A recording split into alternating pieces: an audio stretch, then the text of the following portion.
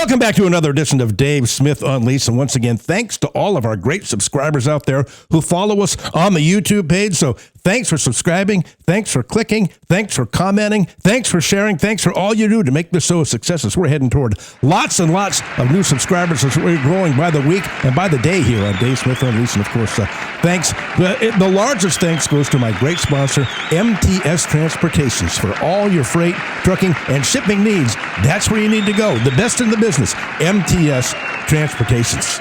Oh, what a great time of the year. How about college football in full swing, which is my favorite sport? The National Football League in full swing, full board of college games on Saturday, full board of NFL games on Sunday, Monday Night Football, Thursday Night Football, college games during the week. It's a smorgasbord if football is your favorite sport, as it is mine. And speaking of football, speaking of college football, you know, I'm an Oregon Duck, and of course, I always cheer for the Oregon Ducks, my favorite team, and we'll get into their great win over Penn State here in a minute. But growing up in Los Angeles, you kind of have to choose sides. Are you a USC fan or are you a UCLA fan? And I was always a USC fan growing up. I was one of them to win all the games they played, except when they played Oregon. And I always cheered for them against Notre Dame and against UCLA every year. And, you know, the John McKay years to John Robinson and some lean years in between and the great years of Pete Carroll. And, you know, great excitement when Lincoln Riley was hired a couple of years ago after the Gomer Hilton years. I know USC fans were turning cartwheels, but I think after Saturday's 34-32 loss to Illinois, and by the way, an Illinois team that was coming off a 63-10 loss to Indiana. They only scored 10 points that game, got blown out by 53 to a very good Indiana team. And I think, well, it'll be a tough game. You know, USC, they're playing an early game on the road. They got to travel to Illinois. It might be a tough one. Illinois is not, of course, not as bad as they looked against Indiana, but certainly we expected USC to win. Well, that was not the case, as they got outplayed from start to finish, and they were lucky they only lost 34-32, as Illinois wins on a last-second field goal. The Fighting Illini fumbled on the USC 1-yard line twice during the game. They should have scored over 50, and they should have won in a blowout. It was a miserable performance by USC. And now we got to start asking the question, is it time for Lincoln Riley to get fired? Is it time for Lincoln Riley to get shit-canned? Is it time for him to lose his job as the head coach at USC? Hell, he's making, $11 million a year and got a long-term contract. Let's start reading the obituary right now. Started out very well. Brought in Caleb Williams as a transfer quarterback, Heisman Trophy winner, and an 11-3 season. Second year, it drops to 8-5. Last year, 7-6. So it's getting worse and worse and worse. And typical of all Lincoln Riley teams, and especially, you know, the really good teams he had at Oklahoma over the years, they never play any defense. Every game's a track meet. Every game's 50-40. His Oklahoma teams, even though he went 55-10 there, which was great and had Heisman Trophy winners, they never played a lick of defense, and it's been the same at USC. But here, you want to talk about an obituary. Listen to this. Lincoln Riley's record at USC against ranked teams is now 4-11 after that loss to Illinois. That's completely unacceptable. He's 30-15 overall, which is, again, not acceptable for USC and for the amount of money they're paying him.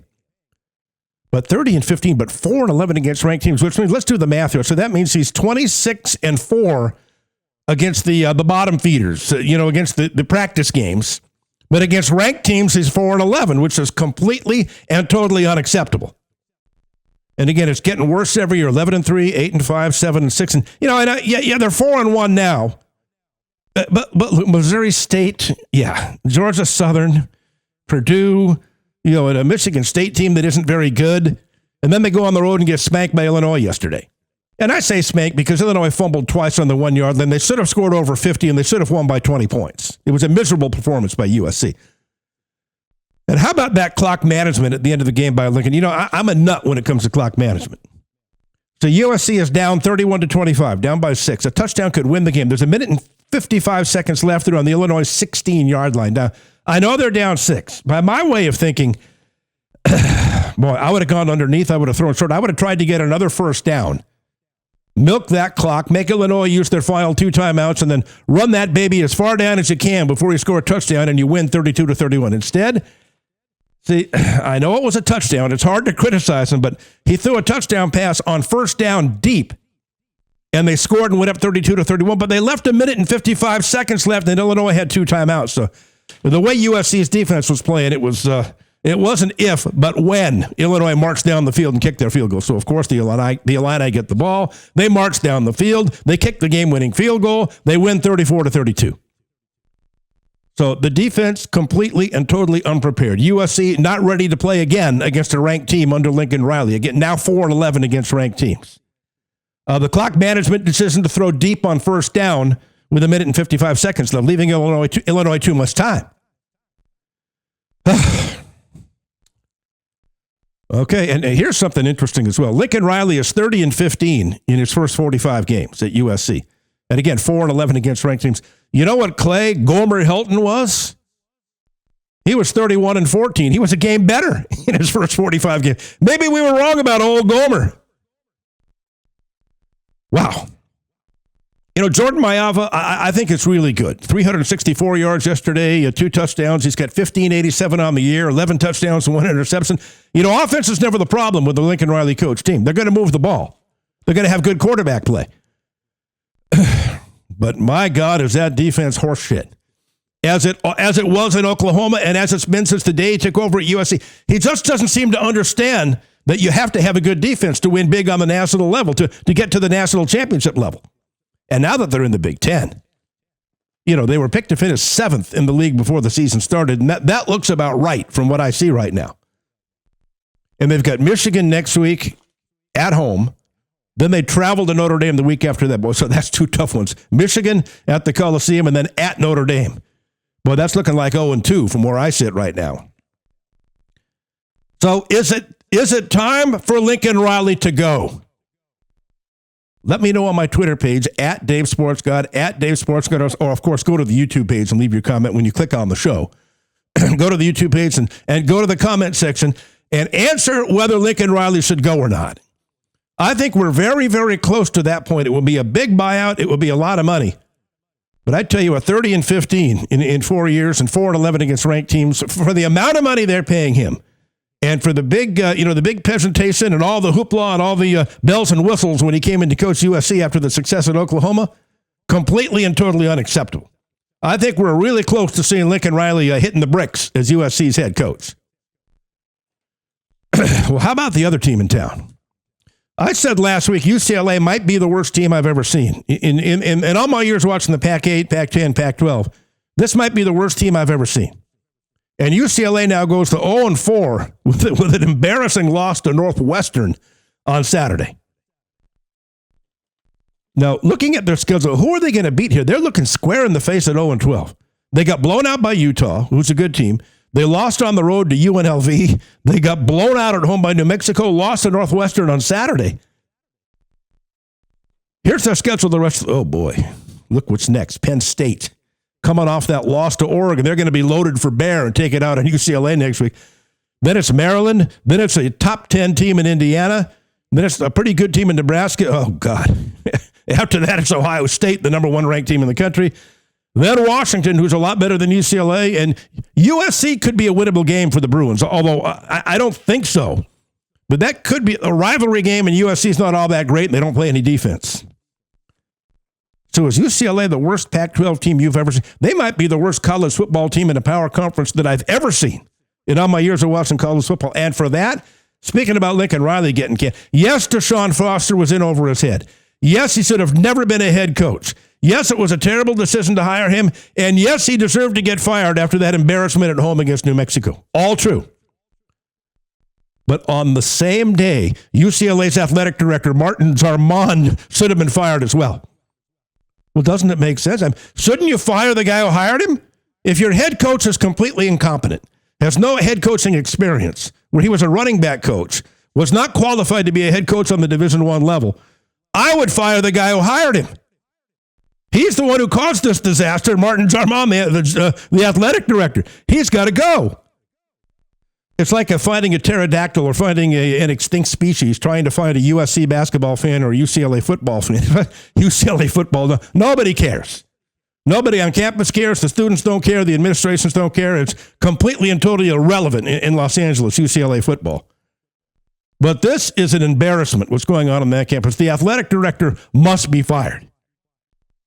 All right, time now to pay some bills. Time now to go to a commercial break, and let's hear from our great sponsor, MTS Transportations. Dave Smith Unleashed, brought to you by MTS Transportations. And mention the Dave Smith Unleashed podcast and get 20% off on your next shipment for all your shipping, trucking, and freight needs. There's only one business to call, and that's MTS Transportations at 800-640-6873. MTS Transportations, 800-640-6873. Well, to the good news. How about Dave Smith's Oregon Ducks, a 30-24 win in Happy Valley in 2 overtimes against Penn State. Ducks went in number 6 in the country. Penn State went in number 3. And I told you last week, and I said all week, and I said on Twitter, I like the Ducks plus the 2.5 here. And the next time James Franklin wins the big game, it'll be the first time. Wake me up. I'll pay attention. Let me know when he finally wins a big game, because it hasn't happened yet in his career. And it happens again at home against Oregon. You know what was funny? Watching the game on Saturday, my Ducks are ahead 17-3 over Penn State, and the fans were chanting, "Fire Franklin, fire Franklin." The Penn State fans, "Fire Franklin." And to their credit, they came all the way back, and they took a 24-17 lead late. Oregon scores late to tie it, send it into a double overtime, and they score and go up 30-24. Penn State gets the ball, throws a pick, and the Ducks escape with a 30-24 win. But what a great win. Now you're looking, and with the recent changes in the college football playoff system, with taking 12 teams now instead of 8, even if Oregon lost yesterday, they're still alive for a playoff spot, as is Penn State, because losing to the number 6 team in the country is no disgrace. That's a good loss if there ever is one. So they're both very much alive for a playoff spot. But another big game, another big loss, another failure for James Franklin at Penn State. And looking at Oregon's schedule here, I was thinking they could run the table here and go undefeated, but how about next week at home in Eugene? Indiana comes in. That might be a tougher game than Penn State. Indiana's 5-0. They beat Illinois 63-10. They made the college football playoff last year when it was 8 teams. This Indiana program is on the rise, and they have a Heisman Trophy candidate in Fernando Mendoza at quarterback. They're 1,200 yards, 16 touchdowns, 1 pick so far this year. That's going to be another very, very tough game for the Ducks. It could be even harder to beat, even though the Ducks are at home. Indiana might be a better team than Penn State. But if the Ducks can somehow survive that, I think they're going to go undefeated the rest of the year. Because the schedule, they don't play Ohio State, they don't play Michigan. The schedule looks good. And speaking of Heisman, how about Dante Moore for my Ducks? 248 yards, 3 touchdowns, no picks, 1,200 yards on the air, 14 TDs, and an interception. Boy, it's amazing what a change of scenery can do, can't it? He was a 5-star recruit, the number 1 quarterback in the country coming out of Detroit. And for some unknown reason, he stupidly picked UCLA to go to college. He was a starter as a freshman. They damn near ruined him as he took a beating there. And then he got the hell out, transferred to Oregon, and this shows his character. He transferred to Oregon, and he was willing to be a backup quarterback and sit out the year last year, basically playing behind Dylan Gabriel. But it did him wonders because he's with a real football program now, not UCLA. Watching the game film, playing for a great coach like Dan Lanning, playing in a good system. And look at the results here, how good he has been this year. In my mind, Dante Moore is the front runner for the Heisman Trophy. Dave Smith and Dave Smith Unleashed, brought to you by MTS Transportations for all your freight, trucking, and shipping needs. We'll finish with this. I may have seen the worst non-call I've ever seen in my life in college football on Saturday. Now, Georgia Tech is having a really good year. They're 5-0.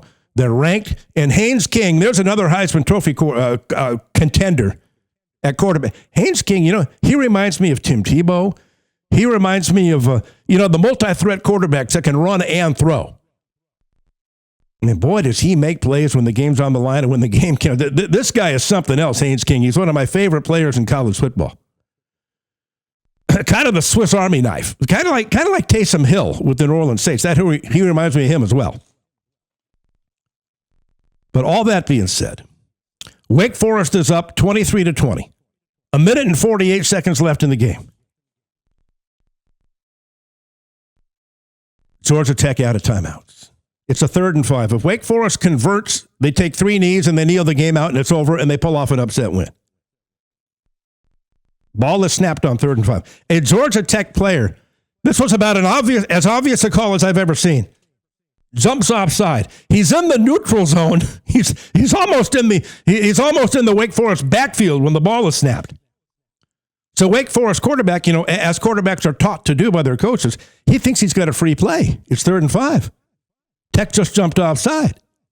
So he throws the ball deep downfield. It's incomplete, but, no big deal. The offside's going to give him a first down. Tech's out of timeouts. There's 1:48 left. 3 knees, game over. Wake wins. Problem. There's no flag down on the field. No call. Even though the guy's line, he jumps offside and he's in the Wake Forest backfield. You talk about a team getting cheated out of a win. You talk about an injustice. Every referee on that crew Saturday working that Wake Forest Georgia Tech game, they should be fired, they should be arrested, and they should do prison time. Yeah, that's right. I said it. Prison time. Because it was theft. It was grand theft what happened to Wake Forest. And we've all seen it on the internet, and those of us who were watching the game, we saw it on the replay.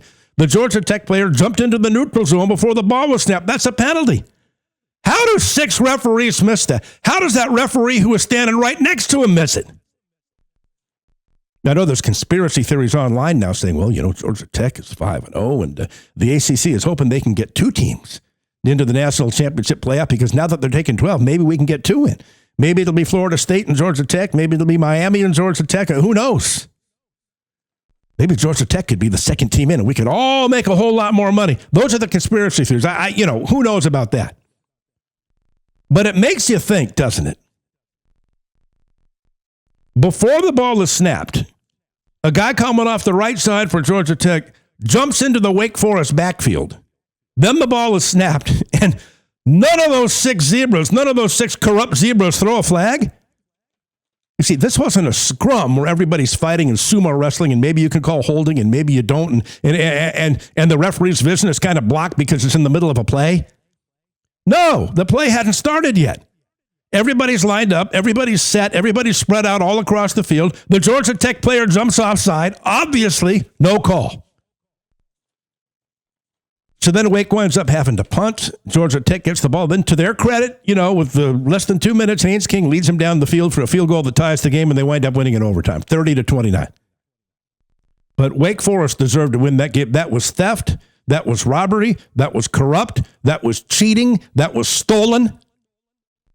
And as I said, every referee on that field should be fired, arrested, and do prison time. And the ACC had better damn well make a statement and an apology. I know that doesn't do Wake any good, but there should be a public apology followed by the firing of that officiating crew. That's what should happen. So once again, as we wrap it up, thanks to everybody for listening to Dave Smith Unleashed. Thanks to all the new subscribers.